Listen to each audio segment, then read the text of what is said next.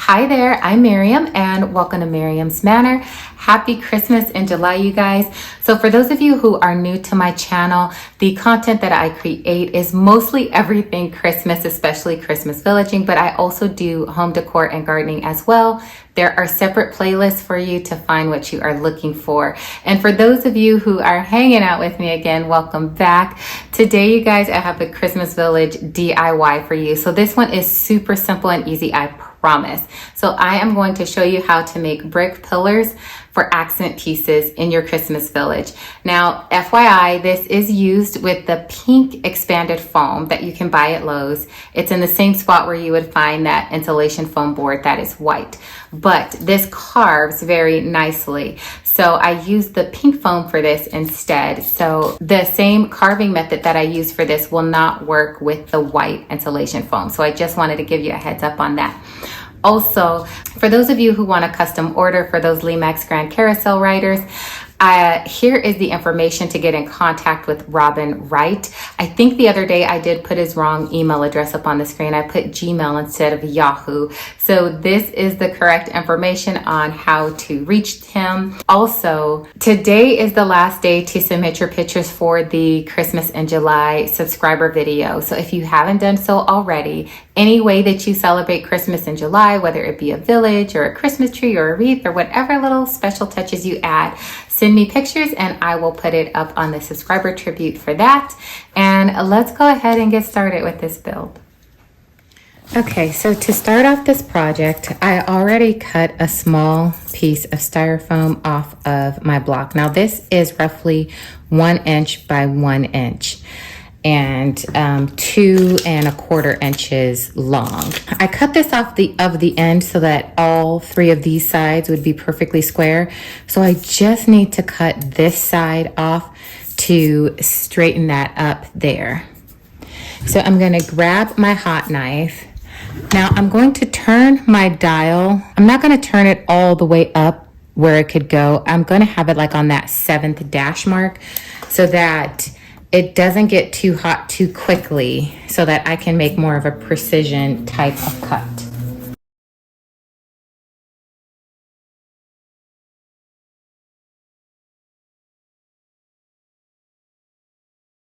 Okay, so let's see how I did.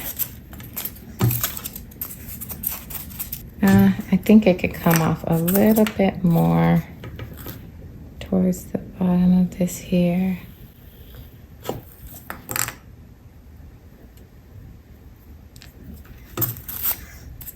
All right, I think that's good. So I'm gonna turn that off. Now, as you will see, there's a lot of like fibers that are hanging off of this thing. And to smooth this out, I'm going to take a block of sandpaper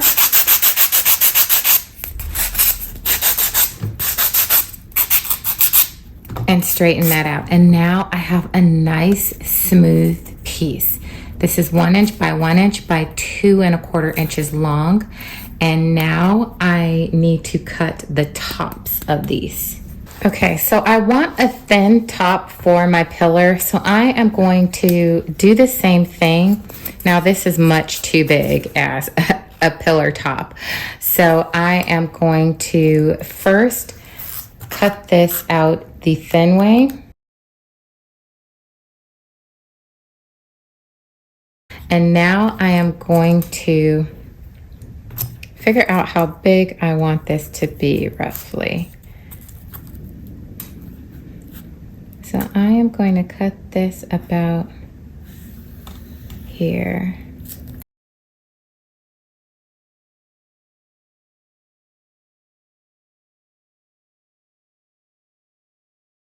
All right, so now I'm just going to do the same thing. Buff out these sides and the bottom.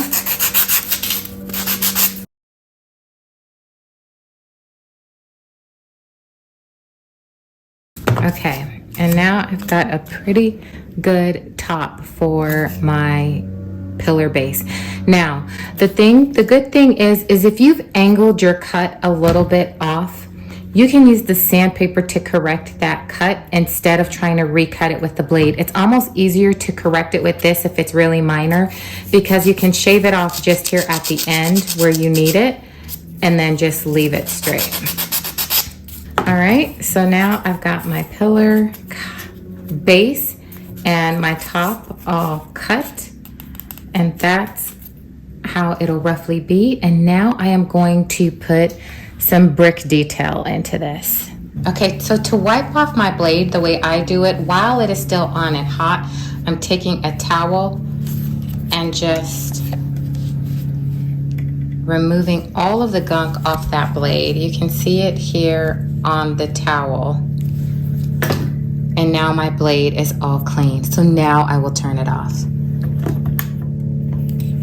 Okay, so for this next part in the process, I am going to be using an X-Acto knife and a regular pen.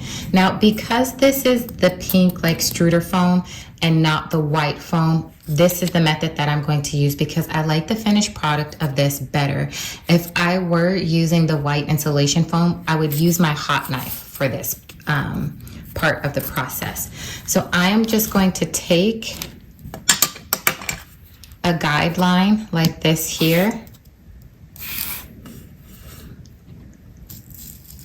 and carve a shallow line into the foam straight across like this. Now I am going to follow that same line all the way across the base.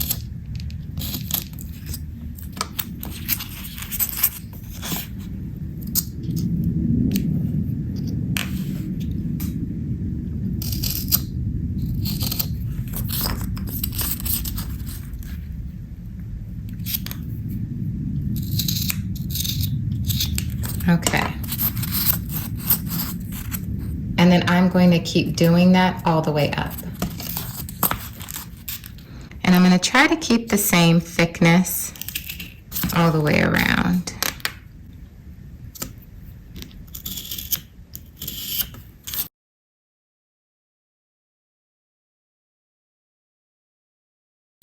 And you can see where I just completely went too deep on this line and ripped the foam a little bit. So you really have to be careful to just try to do a light, shallow line.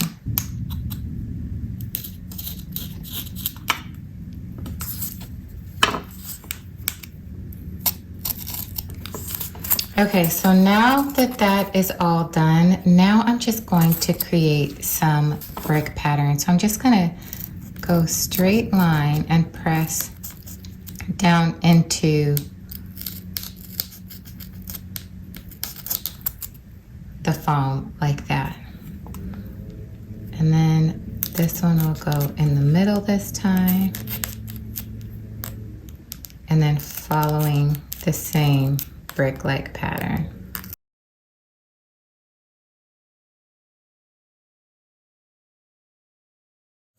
Okay, so now that everything is all carved out, I'm going to take my pen and I'm actually going to use the sharp part of the pen, and I'm gonna go in here and widen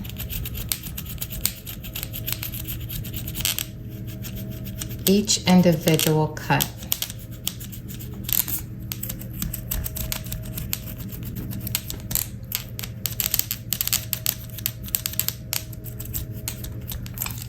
Now maybe I should have done this with a black pen so that my creases would already be black, but I just grabbed the first pen that I had in my office.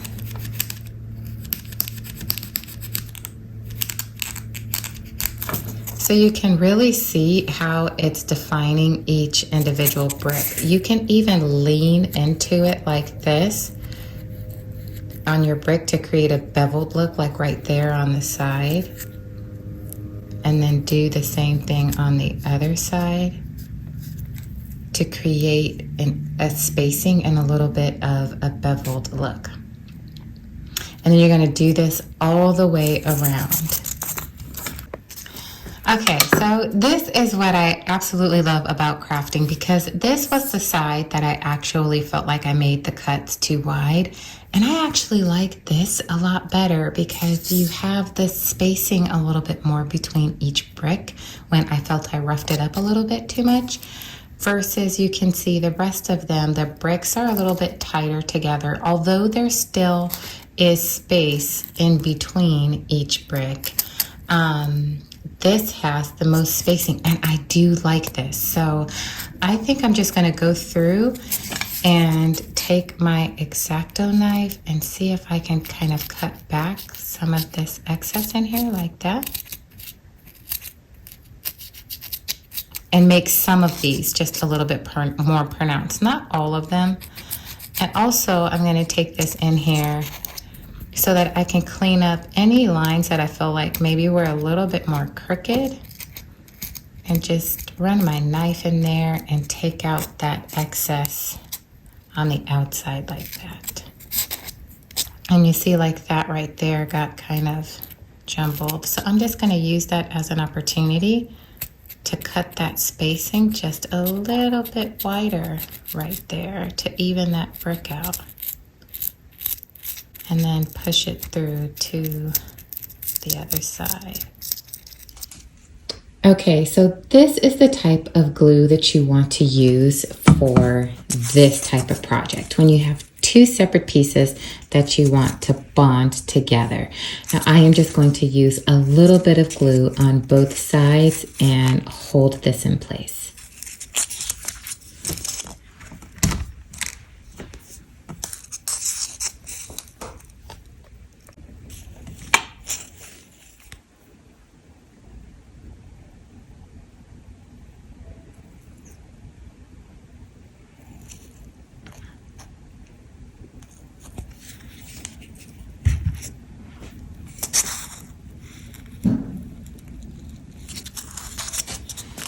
Now remember, this dries fairly quickly, so you want to make sure that you have both pieces completed the way you want to before you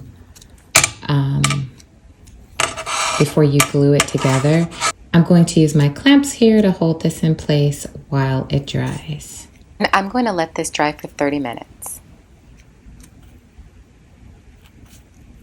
Okay, so now it is time to paint, and I already have a little bit of water in this cup to create my black wash. So I am going to take my apple barrel black paint, add a little bit to this cup. Now I am going to make sure that I make this consistency a little bit thicker than I normally do. So I'm going to use more of like an 80% paint to 20% water ratio, because I want to make sure that all of those crevices in the bricks truly are saturated with a good dark black paint. I chose a paintbrush with sturdy bristles for this project because as I am applying this black wash, I am pushing the paint into the depths of the cracks and crevices of the bricks. When your black wash dries, if you can still see a little pink in your foam, I suggest applying another coat of black wash before moving on to your next layer of paint.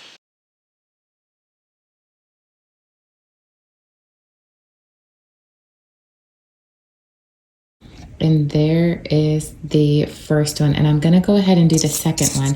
Now this one was the first one that I cut that I showed you guys. As you can see, I made the bricks bigger on this one, but on the second one I made them smaller. So I just wanted to do that to show you guys, just in case you might want to consider making smaller bricks. I wanted to just show you what it would look like with that. All right, so these two are both now painted, and I'm going to just let them sit here and dry, and I will be back to add my first coat of paint. Okay, so this is the color gray that I am going with. And what I'm going to do is scrape off all of the excess paint from this brush, because I just want the tips to be wet. And I am going to just lightly dab on the surface of this because I don't want to get this in the cracks. I want my cracks to stay black. So I'm just going to dab instead of swipe.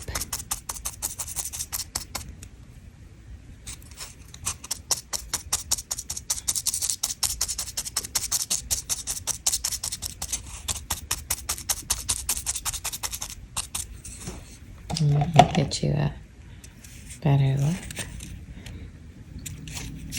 As always, I'm not concerned about covering all the gray on the first layer as we continue to add the layers of gray to this. You'll get better coverage, and then you'll also have more depth of color in your finished product.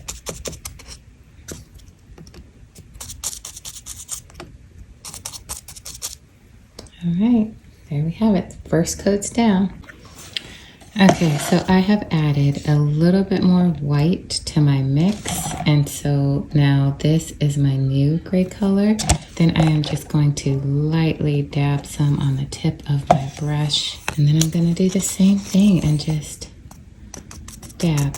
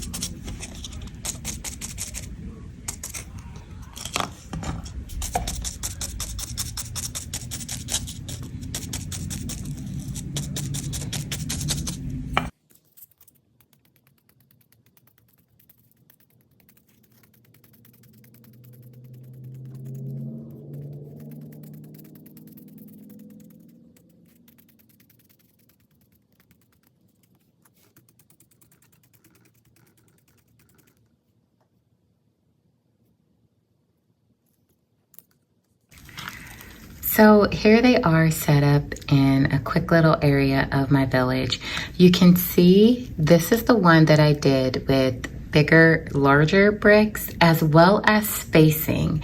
And then these bricks over here obviously are smaller with a lot tighter spacing, but I wanted to show you guys how both of them would turn out and look so that you can see it for yourself and see how you would actually want to space yours for your own village for those of you who will attempt this. You can also do this in a wall and do a retaining wall or a ledge. So this is a great trick just to do for a number of different ways.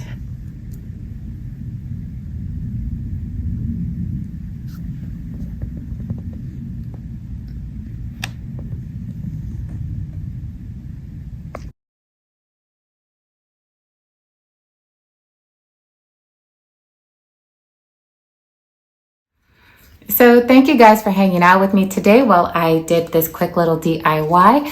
If you haven't done so already, please give me a big thumbs up for this video. Also subscribe to the channel. You can also become a member of my channel by clicking on the link in the description box of this video. From there, click on the join tab, and then you can enter at whatever level you feel comfortable with. For those of you who don't already know, we are having a 2022 Christmas Village contest. I will put the entry rules and categories, the video that I submitted for that, in the description box of this video so that you can check that out. And we have 3 awesome sponsors. We have Limax, Hotwire Foam Factory, and ehobbytools.com are all sponsoring categories in our contest this year and are giving away some awesome prizes. So definitely check out that video if you do not want to miss out on that. If you guys have any questions for me at all, please leave me a line in the comment section and I will get back with you. And until I see you again, stay safe, God bless you, and I will see you soon. Bye.